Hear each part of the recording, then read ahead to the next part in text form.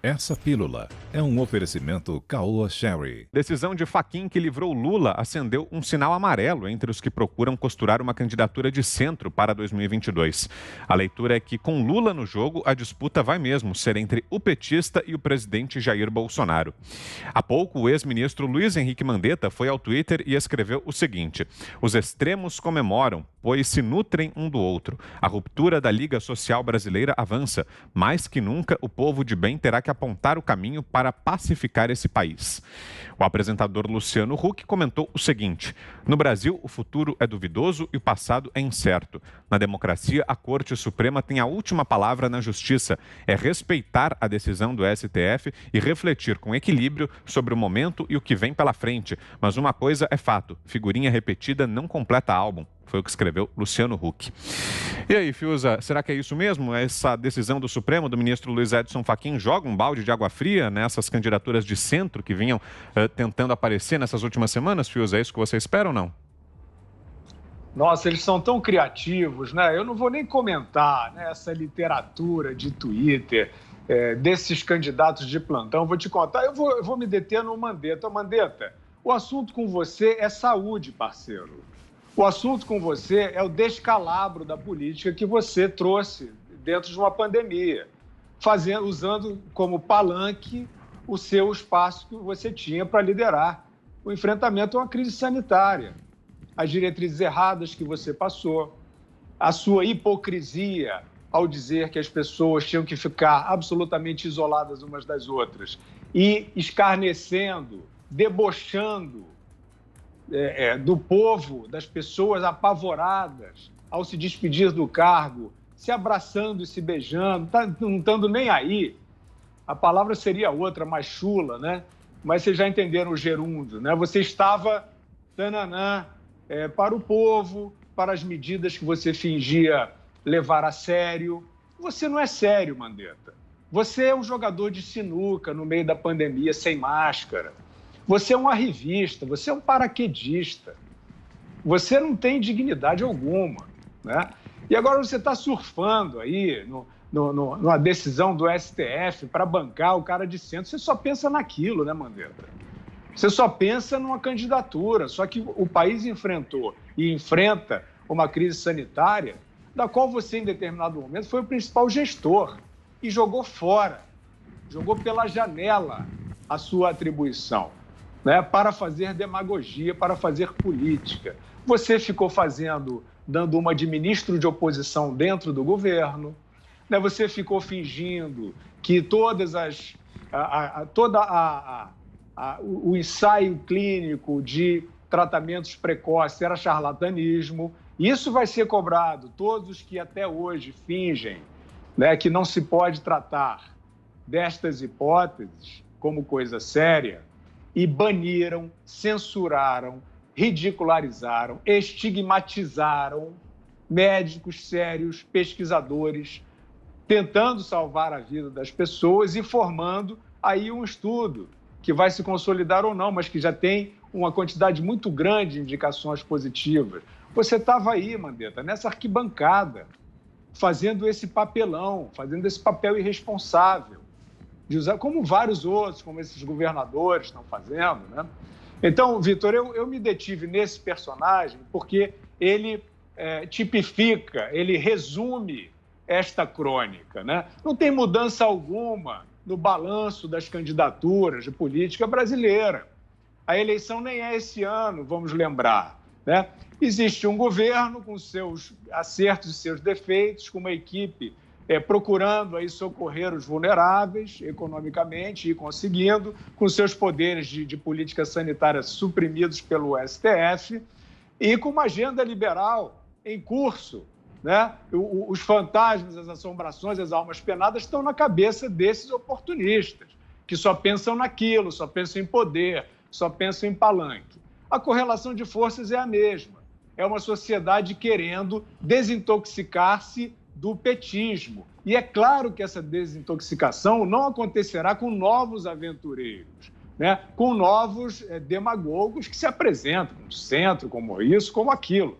Quer dizer, é como já disse o Augusto, o Lula concorrer à presidência será um escândalo e será mais revelador ainda se isso acontecer, porque ele vai ser repudiado.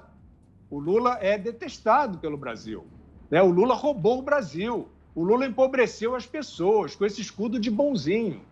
E as pessoas sabem disso.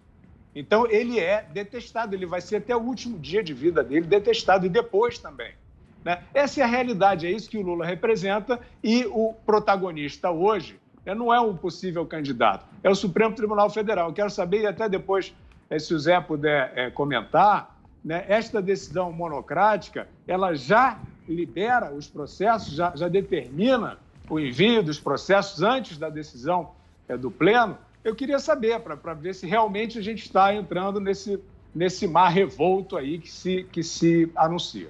Por favor, Zé. É uma decisão imediata. Para você ter uma ideia, a 13ª Vara Federal de Curitiba já está juntando documentos e processos e diz que já determinou o cumprimento imediato da decisão do ministro Edson Fachin e vai mandar aqui para a Vara Federal de Brasília, como determinou o ministro. Então, é uma decisão com plenos poderes, é uma decisão que vale imediatamente.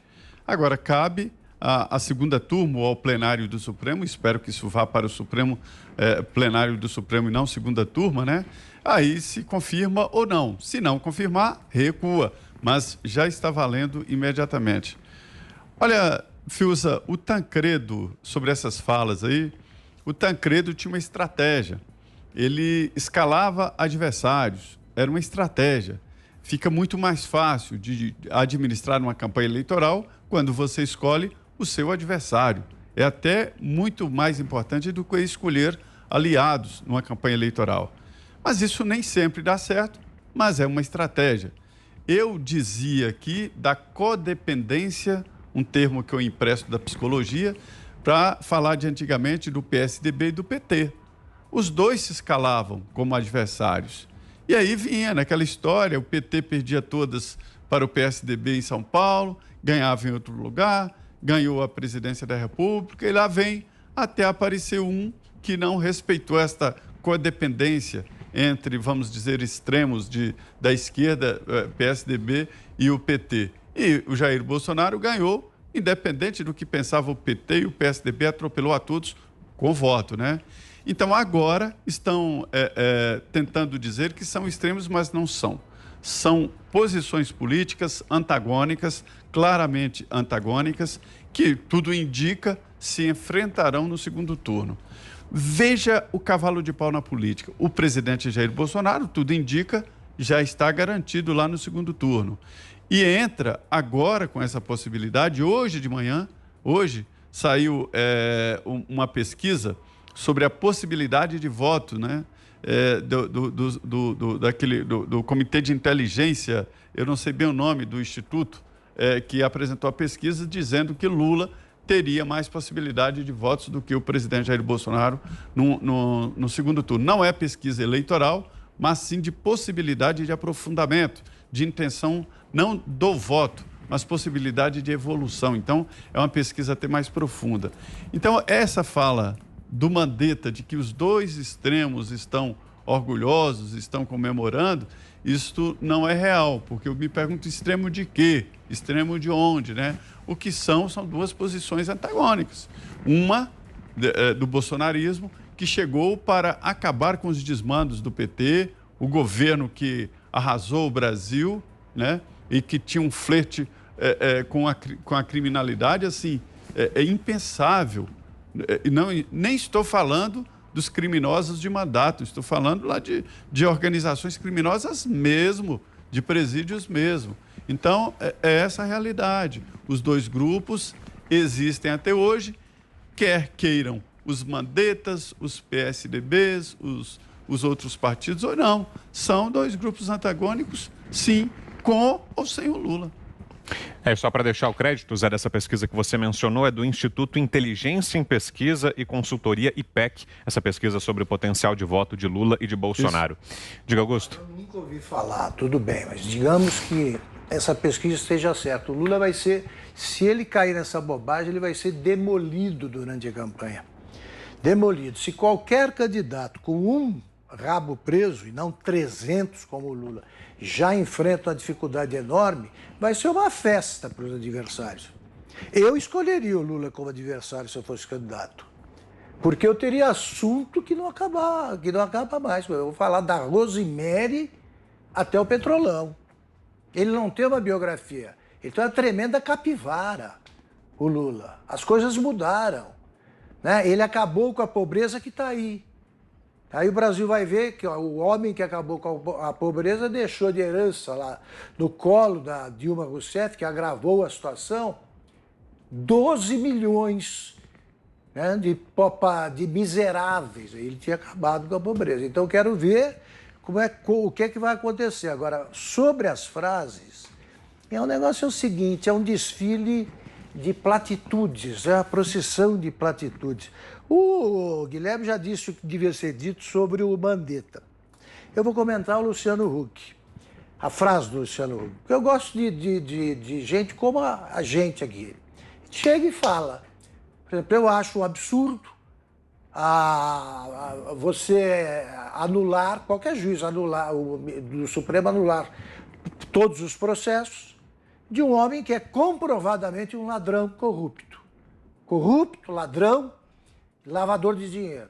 Ponto. Agora vem Luciano Huck. Você tira o teleprompter, olha o que sai.